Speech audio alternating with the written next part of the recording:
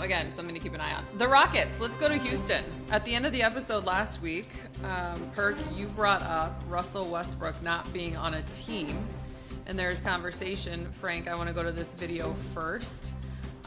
Because the Rockets won 122-113 over the Hawks. KD did not play in that game, but the young guys had their way. Şengün, 19-5-6. Reed Sheppard was good. Amen Thompson. They turned it over 19 times. A little sloppy. KD hasn't practiced with the starters just yet. No real point guard with Van Vliet out. They shot just 11 of 37 from 3, gave up 42 in the third. What about Russell Westbrook joining the Houston Rockets again? Here's KD's thoughts on that. I asked you about Russell Westbrook, and you were like, shut up. And now the internet is telling me that Russell Westbrook could potentially be a Rocket. Was I right? I have no clue. I haven't asked anybody about that. I heard that too. I haven't. I don't know. It hasn't been brought to my desk at all. And usually when stuff like that happens, it's pretty loud. But I haven't really heard it outside of like Would that be cool? Fans on the internet. Yeah, Russ is a legend. And I think he deserves to be in the NBA right now. And I think he deserves to walk out of the NBA on his terms. So yeah, that'll be dope. But it's not my decision. It's not my decision. Leaving that up to whoever makes those decisions for now. Thoughts?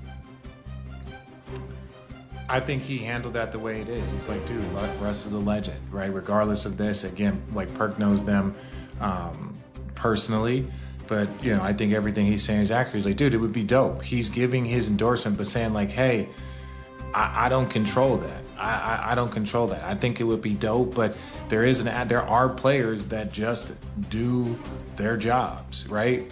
So I look at KD saying like, this would be awesome. I'm not going to go into the Houston Rockets office. They haven't come to me about it. Russ is a legend, deserves to be in this league, would be cool. But again, it's not my decision.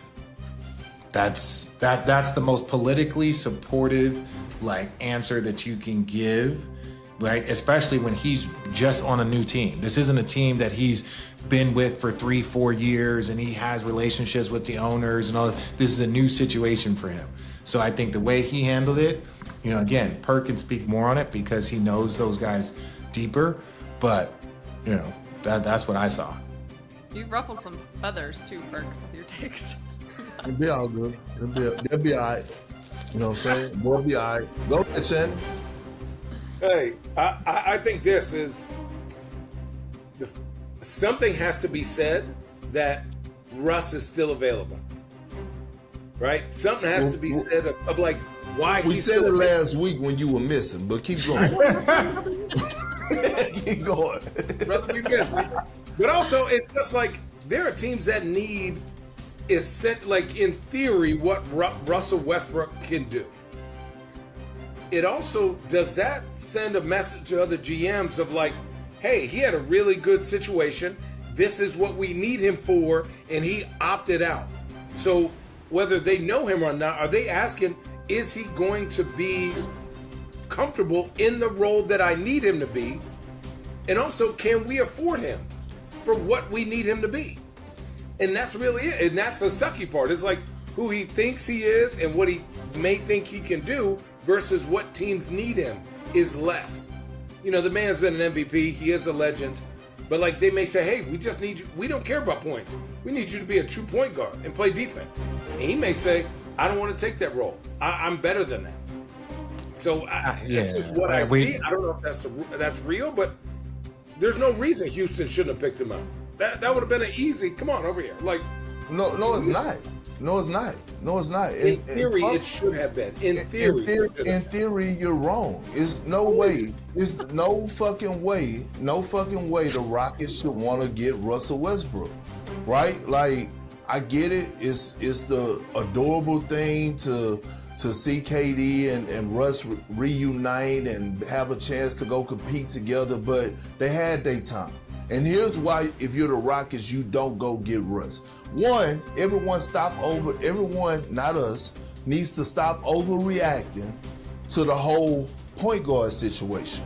The Rockets play a different style of basketball. even with Fred VanVleet in there, he wasn't just going to be the guy who's initiating the offense. This is a team, they have multiple guys. They like to get stops and run.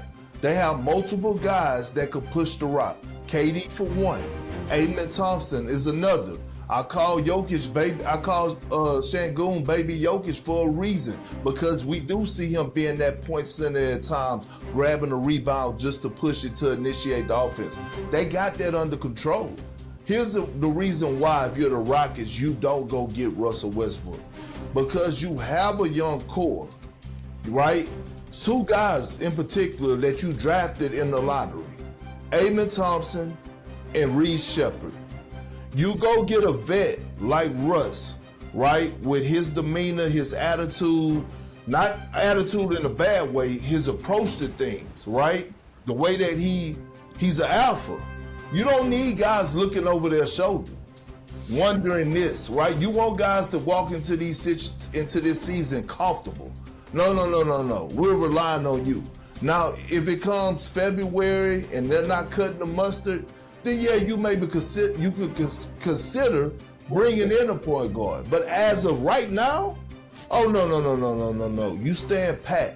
You got the culture, you got the pieces, guys feeling comfortable, guys know their roles. Let the season take off. Another thing, Russell Westbrook decided to opt out. I don't know who's representing Russ as his agent, but Shannon, you and I was talking about this with Allie before we started the show. RJ, I'd like to hear your thoughts. If you're getting towards the back end of your career, because once you get on that vet minimum, it's not going up. Like, that shit don't go back to you making 20, 40. Once you go vet minimum, you stuck vet minimum. Bro. It's a hard grind up, man. That's a hard hill. All I'm saying is Russ had an option with Denver, a player option. If you're going to opt out, then you need to have some situations that you already got penciled in from your agent.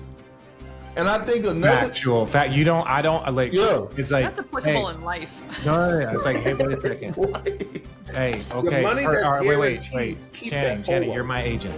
Hey, so I know we got this team option 3.5. Like, what does it look like? He's like, well, I've been in talks with these two teams. I think there's a little bit more in the market, right? So, okay, so if I opt on this, yeah, okay, I've talked to I've talked to Seattle and I've talked to Vegas. We've talked to both these teams. They're willing to offer you around 5. They call me. They're ready to offer you another 2-year deal. Okay, cool. So if I opt out of this, I got a 2-year deal on the table, or we got a 1-year, $5 million deal from somebody ready to go. That's why we see deals signed on July.